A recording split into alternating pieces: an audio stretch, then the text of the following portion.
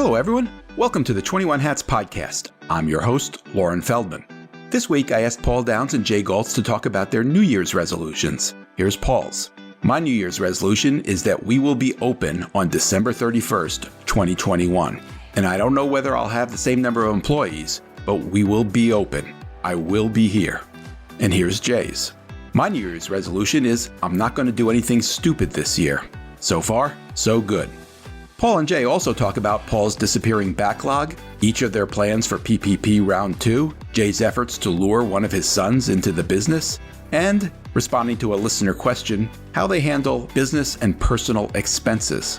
I think we have to stop recording right here, says Paul. Even in good times, owning and running a business can be a lonely pursuit. Our hope is that these weekly conversations will, if nothing else, let owners know they are not alone in facing these challenges. Same thing with our daily newsletter, the 21 Hats Morning Report, which you can subscribe to at 21hats.com, and where you can also find transcripts of our podcast episodes. And if you have a question you'd like the 21 Hats regulars to respond to, whether it's about your business or about theirs, you can email it to me at Lauren, Loren, at 21hats.com. This week's lineup features Paul Downs, who is founder and CEO of Paul Downs Cabinet Makers, which is based outside of Philadelphia and makes custom conference tables, and Jay Goltz, whose companies in Chicago include a picture frame business, artist frame service, and a home furnishing store, Jason Home. The episode is titled, I Will Be Here.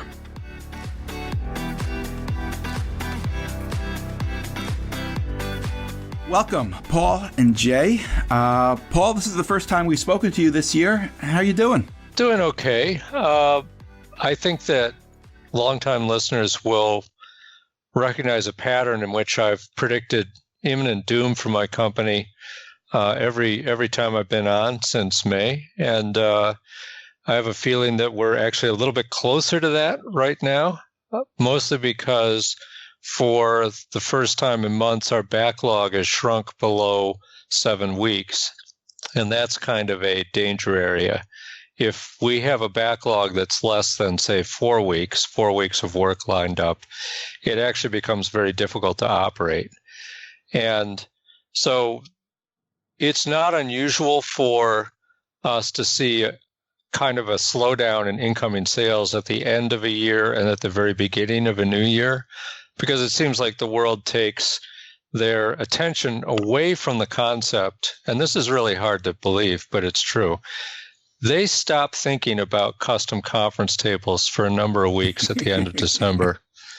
And it really takes them a little while to get that going again. And then usually we see at the end of January that the world is placing the proper amount of weight to the concept of buying a custom conference table, and then we're back up and running. So every year we go through this, and I kind of sweat out whether the orders are going to come in and where they're coming from. And last year, we entered the year with about an 18-week backlog, so that if we knocked a few weeks off that, that's fine. But entering the year with a 7-week backlog, knocking 3 weeks off that by the end of the month, that would be bad. So wait, can you just walk us through why, if it gets down to 4, why is it a problem if it did get down to 4, but then it went back up? Why is it a problem unless it hits 0? Well, there's a couple of ways to answer that. The first thing is it's a indication that sales are collapsing. If your clearly, backlog I got that part. Shrinking. So that's absolutely a red flag right there. Second of all, the process to design and build is somewhat lengthy in that we have to engineer the pieces we're build, and then we have to show the client, hey, this is what we're about to make for you, and we want to make sure that we've got the right woods and the right stains and everything's been approved. And there's usually a several-week period during which we're getting approvals from a client. All right. And between those two things, a shrinking backlog is bad, and then the bright line is about 4 weeks. Are there any other metrics that you look at? Yes. I look at hundreds of metrics. I'm Mr. Metrics. And what we saw last year was that the overall number of calls that we got over the course of the whole year was down about 24%. So in 2019, we did 1,100 calls and emails came in, and last year it was 840. And the last time we had 840 was before 2012. So we worked to grow the number of leads, and then it utterly collapsed. And you know there's what? no I might start calling mystery you. to this. I'm going to start calling you a couple times a week just so we can help that number help. Well, there's the calls have to turn into sales too. Yeah, Jay, if you want to help, there is a way to help. I think that custom-made conference tables are important, and I think that it is a key to, civilization is only skin deep, and then I just think that if we stop buying custom-made conference table, it is the beginning of the end of civilization as we know it. A lot of civilization does happen around a conference table. Absolutely. Paul, I was thinking that you were going to tell us that things were looking up, in part because I've read about it with other industries like travel, where people are seeing the vaccines come online and starting to plan ahead. And with a purchase that takes time, like buying a custom-built table, I thought maybe people would be planning for the summer or beyond at this point. But you're not seeing that? It's really hard to tell because the normal pattern is that you see some kind of collapse of inquiries at the end of December anyway. And we are booking new calls. And as a matter of fact, the rate at which we're booking just for these first 2 weeks of the year is pretty healthy. But it's not enough data to really say everything's okay. I mean, the reality is there's a lot of people who are not back at the office, and offices that may or may not be opening anytime soon. I think that a year from now, offices will be open. And if we make it through this year, we'll probably be okay. But I think it's still early. I do think you'll be okay, but it is a little early. I mean, people are not planning on getting back to the office until June, July, August. So I know it's frustrating and scary, but I do think the cavalry's coming. It's just a little early. So. Well, I hope you're right. And I'm actually very pleased that Congress passed another round of PPP because it looks like we qualify for it, although there's still a lot of questions about some of the criteria, like the 25% drop in a quarter. The way the law is written, it says in a quarter with a small q, and that doesn't clarify for me whether it means any 3-month period in the year, because any 3 months of the year is a quarter of the year. I've read that it doesn't, Paul. I've read that it's got to be first quarter, second quarter. Okay. We appear to qualify for in any way you count it. Then I have to think about, well, what do we do to prove our revenues in over the course of a month? And I look through everything that we file with the government, and there's only one filing we make that says anything about our revenues other than the year-end tax statements. And those aren't broken down by quarter. So we're going on sales tax filings that we do to the state of Pennsylvania, and we're able to make that, cross that bar of having that 25% drop. So I'm hoping we qualify for that, and that the money will arrive sometime around the same time I run out of work, if we run out of work, and I'll be able to buy some breathing room that way. Do you know how the amount is calculated? Do you expect to get the same amount you got last time? I mean, if they're basing the calculation on 2019, which is what we did the first time, I presume you'd end up with the same number. And if we based it on 2020, I didn't really have much change in staff over the course of the year. So I'm guessing it's going to be pretty close to the same number, which in my case was about $347,000. It's enough. That's about as much as we spend in all ways on a normal month. So that would give me a couple of months, probably 8 weeks of just paying people, and while we can reload our backlog. So we'll see. I really don't know what'll happen. I mean, a lot of it is everybody's like, well, the vaccine's here, and that's great. But if you look at the case counts, they're still going up a lot. So I'm pessimistic in certain ways, and I feel very much that this could go either way for the next 6 months. Yeah, I talked to a business owner yesterday who had to make a call on office space that hasn't been used since March, and he decided to give up his space, put everything in storage, and not plan on going back into the office anytime this year. I'm sure that has an impact on you. I think it does. We're still seeing projects, big projects for big clients. Like I don't know whether I'm supposed to say this, but we're working on getting the job for the new Federal Reserve Bank meeting room in Washington. And we do that level of client in the past, World Bank and what have you. So that's the kind of governmental or giant corporate institution where they just don't anticipate that they're not going to be having meetings. We just got an inquiry from a very large hedge fund. And so I think that the big money clients are going to continue on with that idea, but there's going to be a bunch of smaller companies or people who are just on the fence, and they're in a different year, they would have gone forward with it. And in this next year, I think they maybe won't. So that does move the needle on my business. So one question is, have you considered slowing down, your production so that you don't use up your backlog, so that you tell your employees, listen, for the sake of us long term, we're going to start working 4 days a week and at least stretch out the work so that you can get a little more, another month or two out of it? That's a possibility. The biggest difficulty is that we have the company's 23 people, half of them work on the shop floor, and they're fairly easy to say, show up or don't show up, and you can dial up and down their numbers. The rest of the staff are salaried, highly skilled employees, and it's harder to turn them on and off. And I don't want to make any permanent changes in staffing at the moment.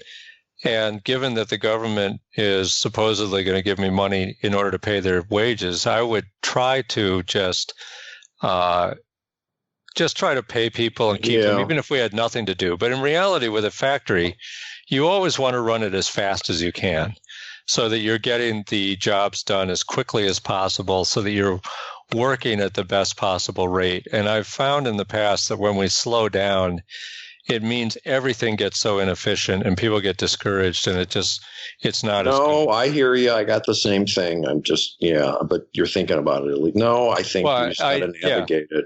I mean, if our business declined by 50%, which I don't think it will, but it would be a $2 million business, and I had a $2 million business for many years. So I know how many people that should be. And I know how much money I make out of it. And I sort of been through that phase in this same shop. And I know what it would look like. I just don't want to do it if we can. No, I can understand that. So you're going through triage, which makes sense. So yeah, I mean, I have a plan in place to dial back and the order in which I would lay people off and all that. And that's very unpleasant to think about. But if we get there, we get there. And the backlog acts as a shock absorber on that, so that we started off 2020 with 16, 17 weeks. We ended it with 7 weeks. So we were able to run the shop more or less at full speed. Our accrued revenues weren't much different in 2020 than they were in 2019. The cash revenues were a little lower, and what was really worried was the number of new contracts, because that did drop. But you see that show up just in the loss of backlog more than anything else. Do you know what the timeline is for you on the PPP? Do you know when you can file and when you can? I don't. My bank is a large bank, and they sent an email last week saying they're getting the second round application process ready. I currently am in the middle of the forgiveness application, and I haven't done what I need to have it sent to the SBA because I was really unsure about whether you want to have that cleared out before you apply for the second round or not. I just don't know the answer to that. My bank is big and ponderous, and it took them a while to get the initial application portal up, and then it took them a long while to get the the forgiveness application up on their website. And then I tried to do that process starting, I think I did it over Thanksgiving weekend, and they asked for just this huge amount of documentation. I think I had to upload something like 65 different PDFs. And I took reports I got out of paychecks and put those numbers into the portal and then hit submit, blah, blah, blah, blah, blah. And then they started coming back and kind of arguing with me about the numbers and what was acceptable and we're not going to count your electricity costs because your landlord sends you a bill for that because they pay the main account. It's just like a lot of nonsense. And we got all tangled up in it and never got resolved, because then when the second PPP round came up as like, oh, this might actually happen, I didn't know what to do. So I was just like, well, I'm just not going to do anything. I'm going to wait. Paul, you don't have any reason to believe that not having applied for forgiveness would get in the way of your getting a round 2 loan, do you? No, but we're in a world where anything's possible. Any of these PPP things is just so off the likely experience of a United States business owner that I'm worried that I'm not so worried that Congress wouldn't give out the money, but I am worried that my bank will balk in some weird way.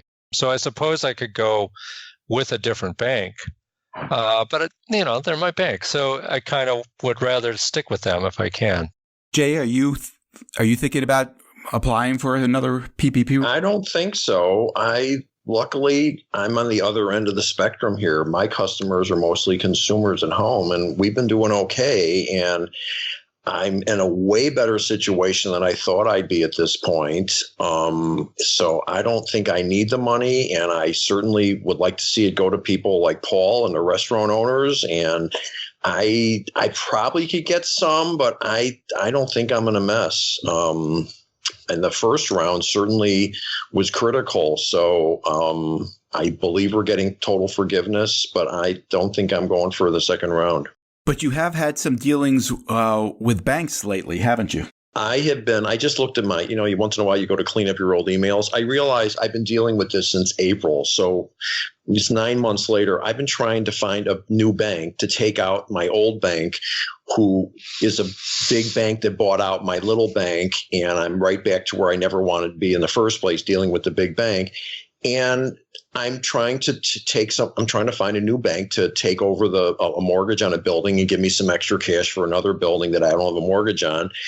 And I've kept track of this. I have talked to 7 banks. I've talked to 3 more that the deal was too big, so I'm not even going to count those. I've talked to 7 different banks, and they're all hiding under the table. And as soon as they hear retail, it's like you're saying, I've got leprosy. Can I come over for lunch? And, and these are banks, some of them I've known. So one of them is my ex-banker.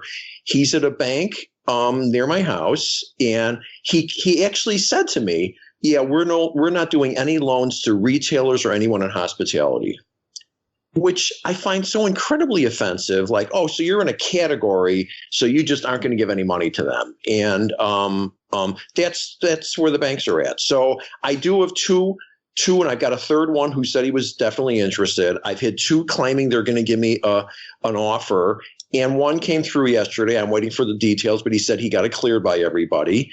And the other one I'm still waiting to hear from. So I do believe I'm going to pull it off. And I've always felt confident I would, because I know that, Jay, because you've told me that every week since, I think, March. I know. It's just, they call that old phrase bankers hours. Well, now I think it's like bankers months. Like a month goes by and like, I've been traveling. Oh, okay. Oh, it's a holiday. Oh, okay. I mean, weeks go by, and every week I think, well, for sure I'll hear it. They're like on their own schedule. But one absolutely committed yesterday that he got it approved by everybody, and he's going to send me a term sheet. And the other one I'm still waiting to hear from. When you say absolutely committed, you mean he told you on the phone it's good to go? Phone. No one's talking on phones. They're too busy to talk on the phone. I get emails. An email that said he got it cleared by the top loan officer if he can get it cleared by the top credit officer. And I thought, I would have loved if he didn't say if. I wish he would have said, I need to get it. So absolutely committed may not be exactly right. He got the credit guy to sign off. So he said, I've gotten green lights from everyone. They want to do the loan. He's sending me a rate, a rate sheet or whatever it's called. So I'm waiting for that, but I don't think it's going to be a problem. So I do believe I got a loan. I'll be able to buy out the other bank and go back to where I want it to be, which is be at a smaller bank. So I believe I've got it covered. And then the other bank still, I think, is probably going to give me a proposal. So I believe I've gotten through this. Part of it is the whole point of this, Jay, was you've talked about this before. That you've told us that you really think you should have done this before the crisis hit. There's no question. I absolutely should have done it. But your goal is it's not that you need the money today. You'd like to have the security of having available cash. Absolutely. I wasn't paying enough attention to, I always said, the phrase dry powder. Oh, I've got dry powder. I don't have a mortgage in that building. That was stupid. A paid off building is not dry powder.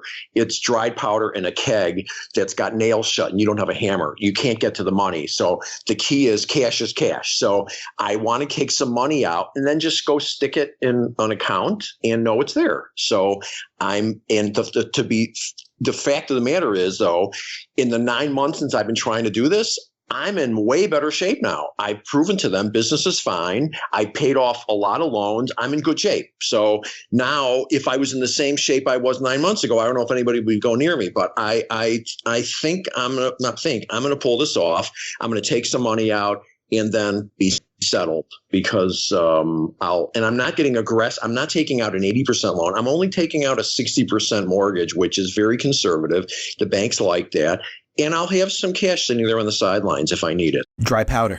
Cash is dry powder. Anything else is not dry powder. A paid off building is not dry powder. That's the lesson I've learned to myself, and I should have known better. So I should be in good shape. Jay, give us another quick update. You had talked to us about your succession plans and your attempts to lure a son into the business. What's the status? Well, I have 3 sons, and I was concerned for a while that maybe I ran out of kids to do this.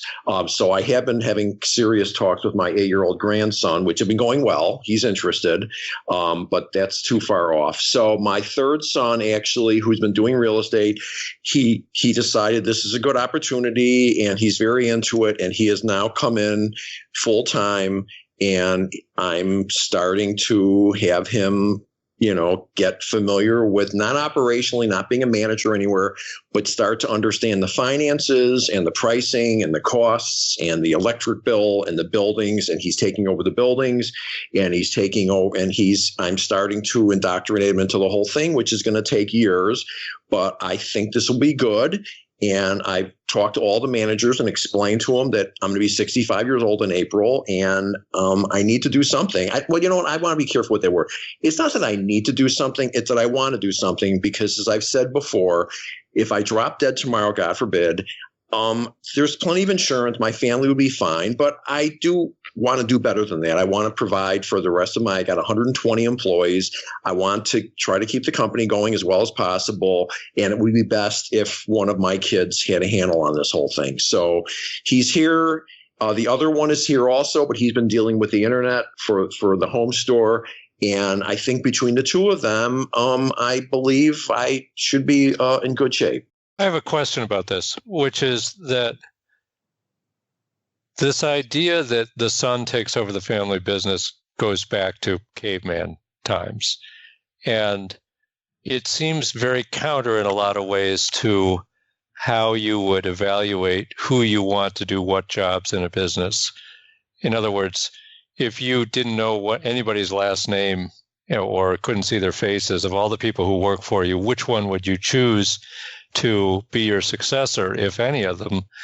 And then you put the kid in that position. And my question, I guess, is, do the other employees just kind of shrug like that's the way it is and that's the way it always has been? Or do they have in their mind a more egalitarian model of how leadership acts and how succession should be managed? That's a fair question, and I have 2 answers. One is he's not operationally taking over the company. He's not going to become the president and start. He's going to be an owner and understand the finances and being able to, just like a board of directors or an owner of a company would, and to go ahead. I don't know that any of the people that work for me really would be any more qualified in that level, but even if they were, the fact is, the family owns this company. So it is what it is. Let's say theoretically you had someone that was perfectly capable of running everything. They don't own the company and they could just decide to leave one day and then where are you? So it is the nature of a family business. And then if anyone listening is saying, oh, well, why not just bring somebody in? You know what? I'm not planning on retiring. anytime soon. So the idea of bringing in a third party, what do I tell them? Oh, you'll take over when I drop dead. That could be tomorrow. That could be in 20 years. I mean, that's not a viable option. So I believe this is the most viable, best option. And the other thing is they've done lots of studies. They say most people that sell their companies regret it. I have absolutely no desire to sell this company. So I'm not, that's off the table.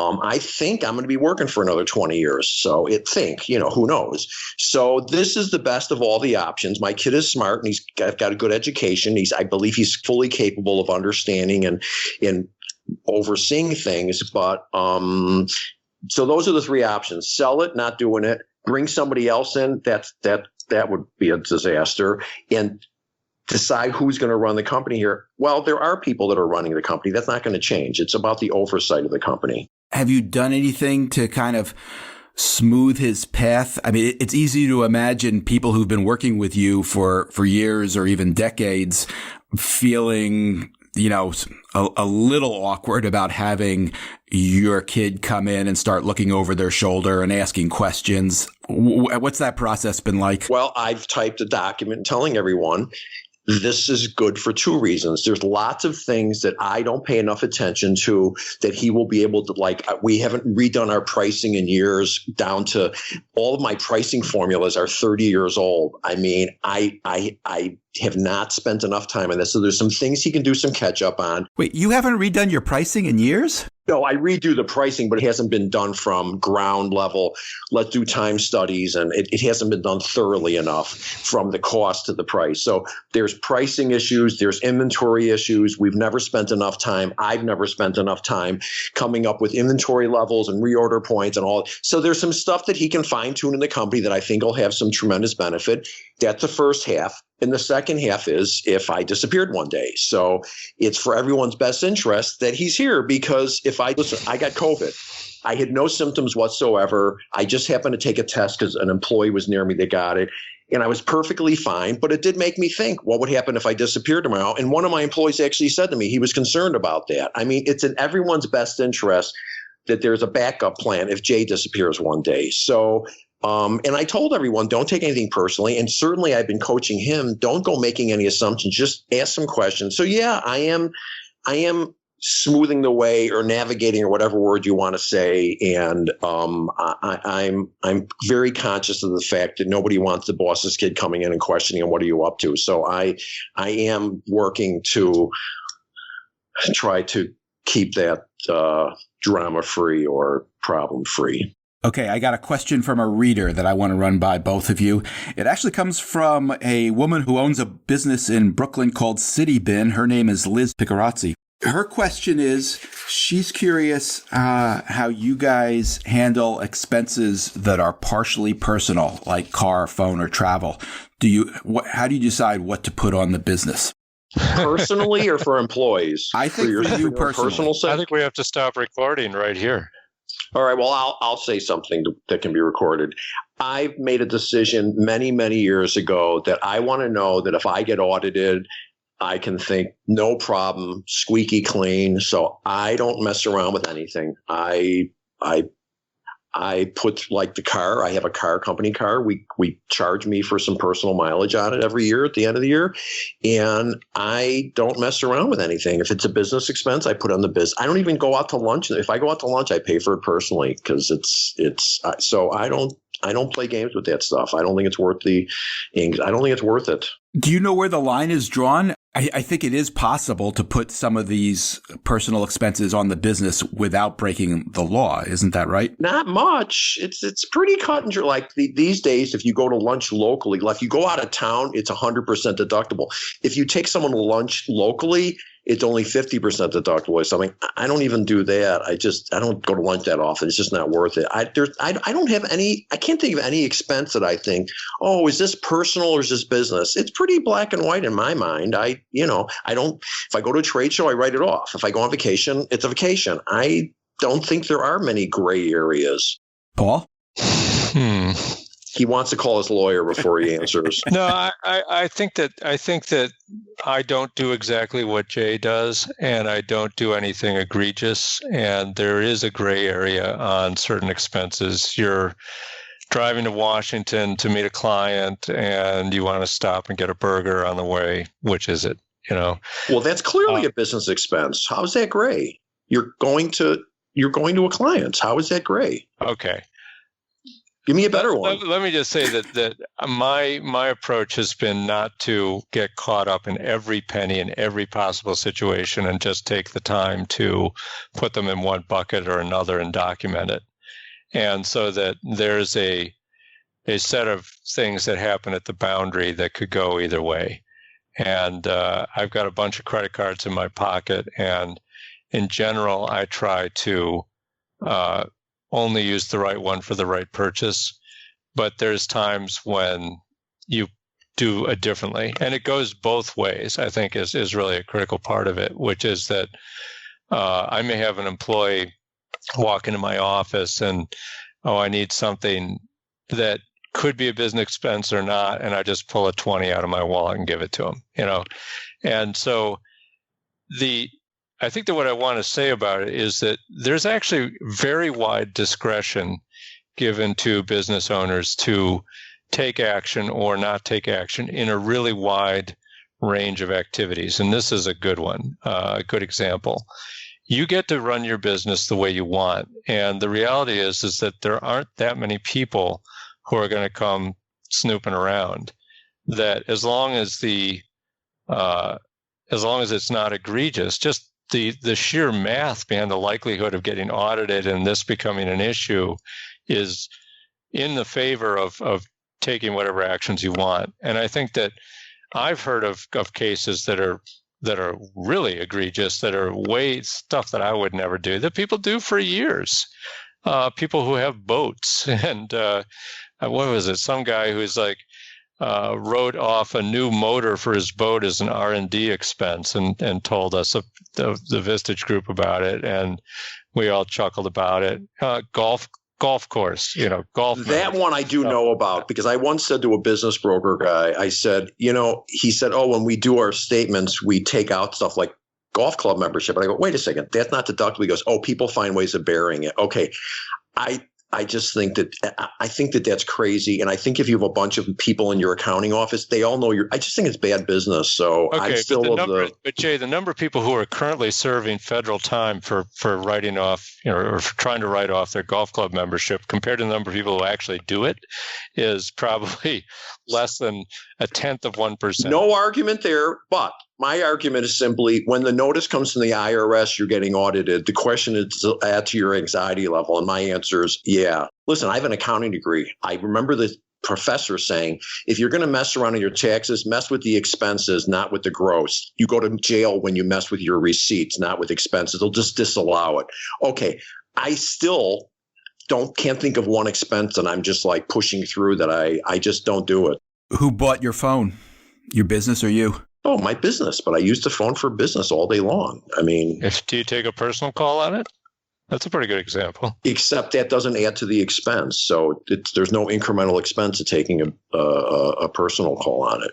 You mean if you wanted to get down to it, the percentage of minutes you use doing personal conversations should be prorated against the monthly cost of the phone, and the deduction altered, right? I wonder how many people are doing that.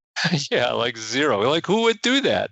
It's stupid. It's a waste of time, particularly given the expected value of the time to manage that compared to the expected cost, the likelihood that you will get audited and that will come up. I mean, there's a lot of stuff like that it just ain't going to happen. And if it does, if you were in that IRS office, you'd be like, you got me. Here's a check. And then that would all right, let's get back to your friend with the car, with the boat motor.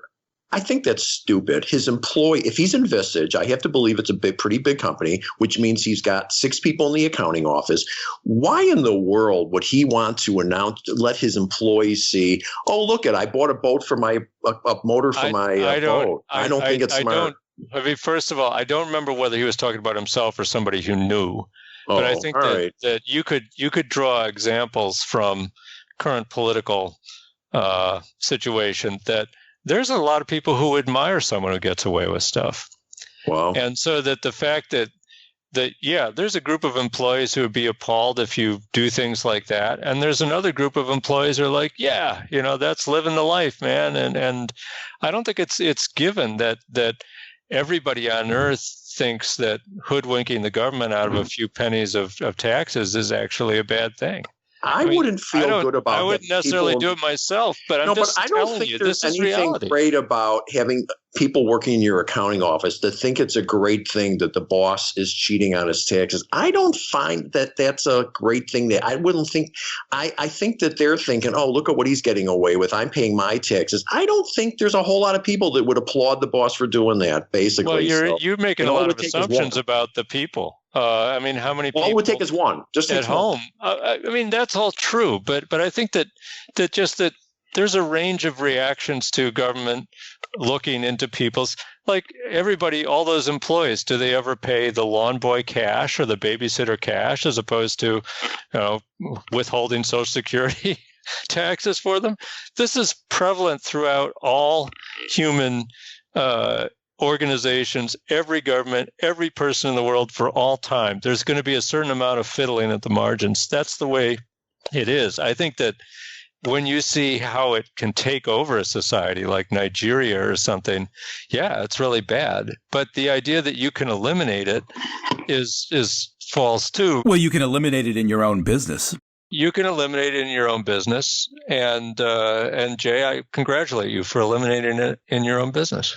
It's not worthy of being congratulated. I'm answering her question. Personally, I don't think it's worth screwing around, A, just in case you get audited, and B, I don't want to set that tone for my employees. So I'm giving her an answer from my perspective. I don't do it. You're right. The phone thing. Other than that, maybe there's another one or two, but I go to Costco. When I buy paper towels for my house, I put it on my charge card. When I buy it for the company, I stick it on the company's charge card. So that's my answer. So it's not, getting back to, I had a conversation when I was very young with a client of mine who worked for a major financial institution. And he recognized I knew nothing about business. And he said, well, do you have a company credit card? And it's like, no, I didn't even have a company bank account at that point. So he helped me get it all set up. And then he said, listen, kid, there's certain things that you can charge on the company card, like gas for your car. And no one will ever ask a question about it. It just won't happen. And he told me 4 or 5 things. And I was like, wow, that's really helpful. Could you send over, could you give me a list of all the stuff I could do like that? Because I was 24 years old. And he's like, what, are you crazy? Of course I can. But he made, and there's the answer. Like there's things that some people will do, and there's things that some people won't do. And it's probably not wise to talk about it, but a really large number of business owners are doing something somewhere. The idea that you could be 100% in compliance would require a ton of just effort in recording and managing it that people won't do. I don't disagree with that. I'm talking 99%, but I don't disagree with that. I think that if you manage to get to 98% in your own business, you're doing fine. And I wouldn't sweat the other 2%. I got to get you guys out of here. I have one last question for you. We are taping this on January 13th. I'm curious whether either of you made any New Year's resolutions and whether you've managed to keep them thus far. Paul? Yeah, survive. My New Year's resolution is that we will be open on December 31st, 2021. And I don't know whether I'll have the same number of employees, but we will be open. I will be here, and we will be ready to get into the following year. Good answer. Jay? My New Year's resolution is the same one every year. I'm not going to do anything stupid this year. So far, so good. It's only the 13th. How'd that work out last year? Not bad. This is what I told, Laura last week. What the older I get a little smarter and I learn from my mistakes and it gets a little easier. So I feel like I'm doing okay. I'm just thrilled that I'm in decent shape because it was a scary year, and I don't feel like I've had any serious collateral damage. I haven't lost any employees, so I'm just happy to be in business. Paul Downs and Jay Goltz, thank you both. I appreciate it. Thanks for listening, everybody. This episode was produced by Jess Thuberon, founder of Blank Word Productions. Remember, we started the 21 Hats podcast to help business owners feel a little less isolated, to let them know they aren't the only ones fighting these battles. If you got something out of this conversation, please help us reach more people. Tell a friend, subscribe and review us wherever you get your podcasts. Follow us on Twitter at 21_hats. And let me know if you have a question or a comment or a topic you'd like us to cover. My email address is lfeldman@21hats.com. See you next time.